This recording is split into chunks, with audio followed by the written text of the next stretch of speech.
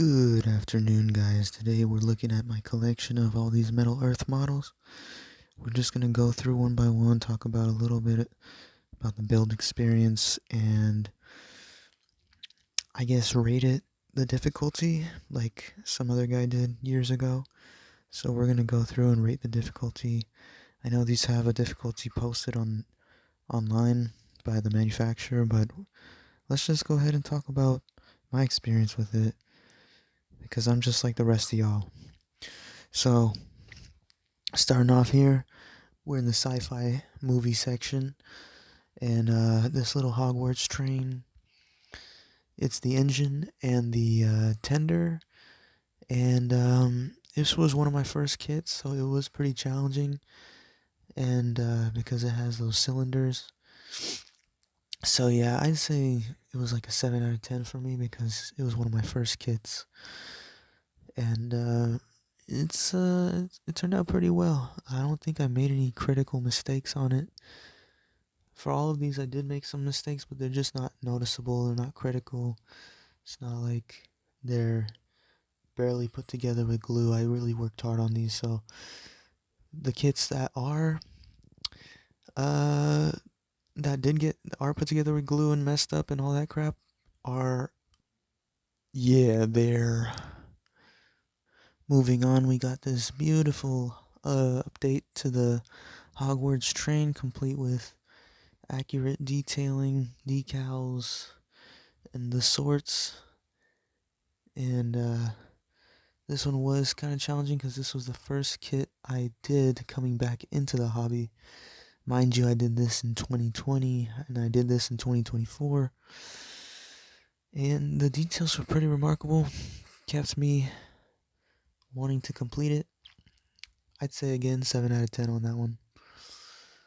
Next up, this behemoth, which is the Hogwarts Castle. I'm not even a Harry Potter fan. I just did these because they look so cool. The detail is pretty remarkable on that one. It's just a long, drawn out build. That's all it is. That's why I rate it an 8 out of 10.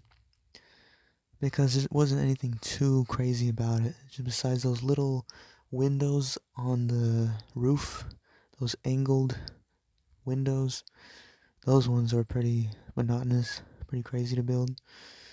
Probably the only difficult part, honestly.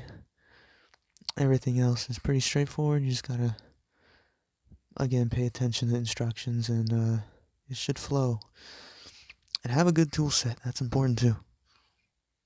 Next up is the Death Star from Star Wars. That one, it was honestly one of the easiest ones I've done.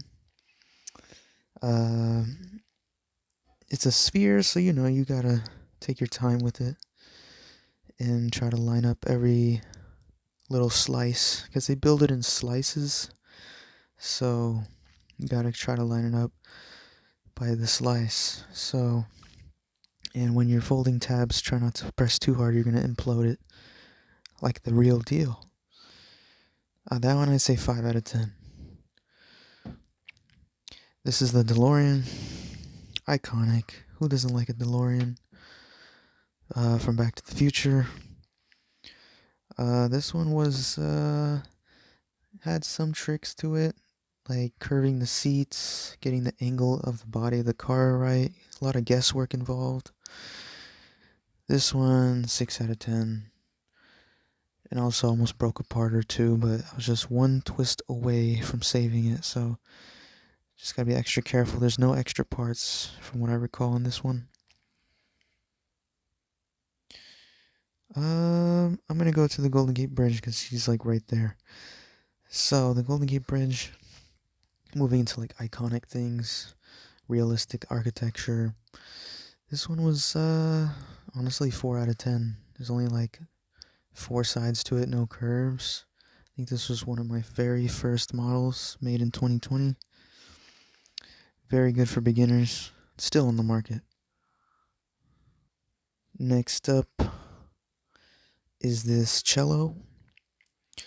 And this is also a good beginner model. Gets you in the hang of learning how to curve things. This I'd say 5 out of 10. This one is a drum set, nothing but curves on here.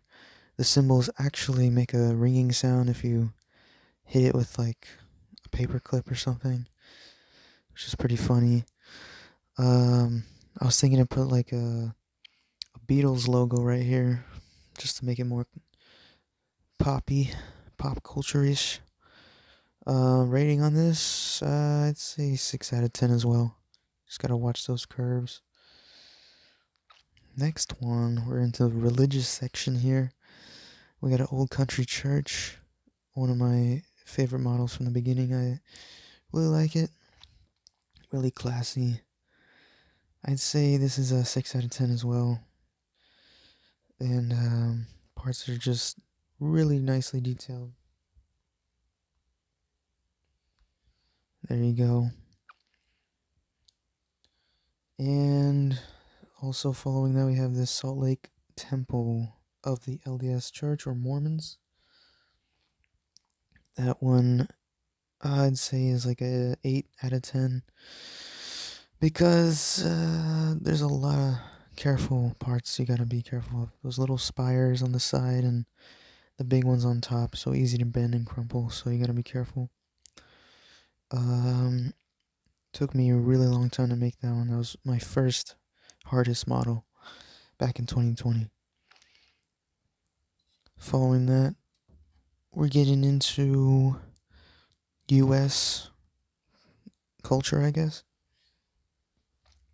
The USPS mail truck.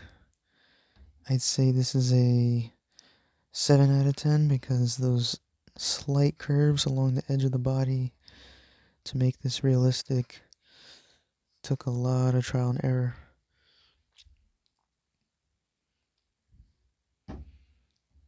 Following that, we have one of my favorites, the UH-1 Huey. Beautiful model. Took 2 tries for me because the first try was way back in 2020. And the second try was this year, and I had appropriate tools and I was able to make it happen this year. So the hardest part was that windshield, and that's what convinced me to rate this an 8 out of 10. Windshield tabs just would not line up. And I didn't tighten the door all the way so I can show it closed as well. Favorite part about this is this can actually turn. If nothing was in the way, it would make a full 360, which is pretty cool.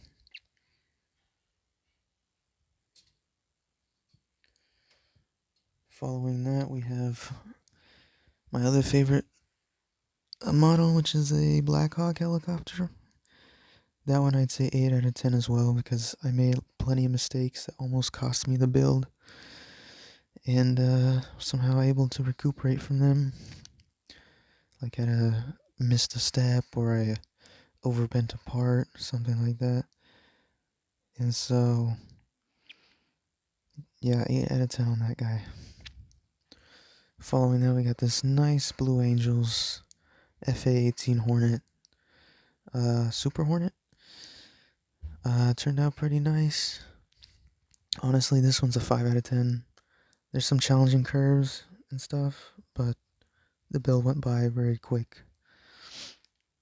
And this guy, US Air Force 1, this was way harder than it's supposed to be, for me at least. I'd say an 8 out of 10, maybe even 9. Because connecting those fuselage slices was just a very big challenge for me, and this is my third model.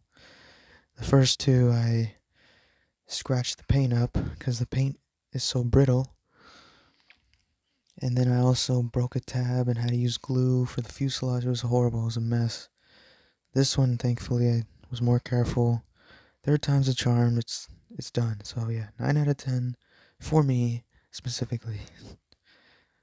Following that, I think this is my favorite model, honestly. This is the International Space Station. This one's turned out very nice.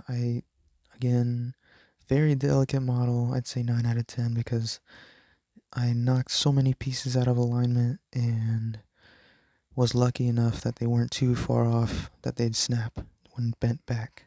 So this one turned out pretty well. I really like them. The printing and the accuracy, everything's super accurate. Like, it just looks so realistic. There's printing on the underside as well, which is really cool.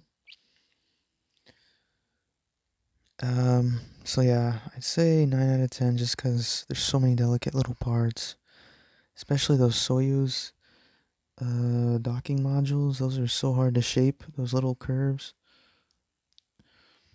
They're like super difficult to shape, but somehow made it through. So yeah, thank you for watching.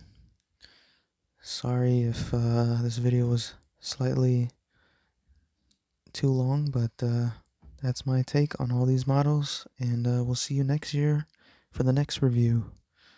Peace.